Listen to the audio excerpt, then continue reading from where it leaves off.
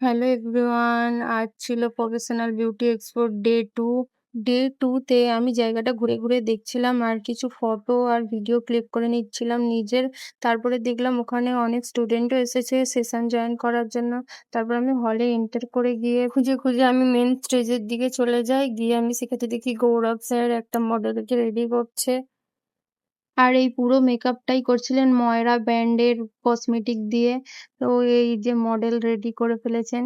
আর আমার এই মেকআপ আর্টিস্টটাকে দেখে কিছুটা অমিত কর্মকারের কথা মনে পড়ছিল। তারপর ওই স্টেজেই আমি এই সেকেন্ড সেশন দেখি। আর এই সেশনে অনেকগুলো মডেল ছিল, খুবই হাই ফ্যাশনেবল। এই সেশনটা ছিল ডিউই মেকআপের ওপরে। আর খুব তাড়াতাড়ি কিভাবে ডিউই মেকআপ করবে তার উপরে। মেনলি এই সেশনে হেয়ার স্টাইল দেখাচ্ছিল আর হেয়ার স্টাইল গুলো খুবই ইউনিক লাগছিল।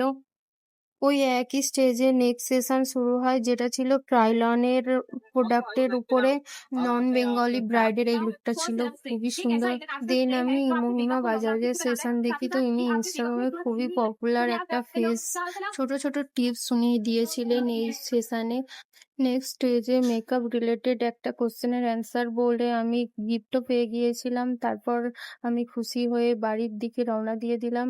আর চলো তোমাদের সঙ্গে দেখা হচ্ছে পরের ব্লগে।